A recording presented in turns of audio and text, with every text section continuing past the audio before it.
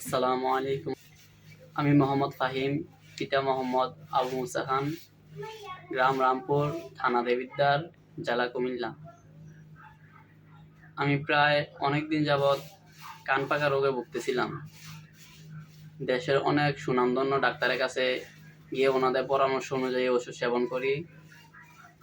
অনেক ড্রপ দেয় আমাকে, অনেক ওষুধ দেয়, কিন্তু আমি ওনাদের ওষুধ খেয়ে ততটা উপকার পাই নাই। কিন্তু the homeo health care doctor Mohammad Shamsul Haque Khan সাহেবের কাছে এসে ওনার কথা মতো অনুযায়ী ওষুধ সেবন করি। ওনার আদেশ মেনে, ওষুধের নিয়মাবলী মেনে খেয়ে আলহামদুলিল্লাহ অনেক সুস্থ আছি। আমি কানে আগে অনেক কিছুটা কম শুনতাম, যখন আমার কানে ব্যথা ছিল, রাত্রে ঘুমাইতেও পারতাম না, কিন্তু এখন আলহামদুলিল্লাহ আমার কান অনেক ভালো আছে। আমার জানা মতে দি হোমিও হেলথ কেয়ারে এসে এইচবিএস রোগী, ব্লাড ক্যান্সার ও জ্বরের রোগেরও অনেক রোগী এসে এই জায়গায় তাদের আশাতীত ফল পেয়েছে।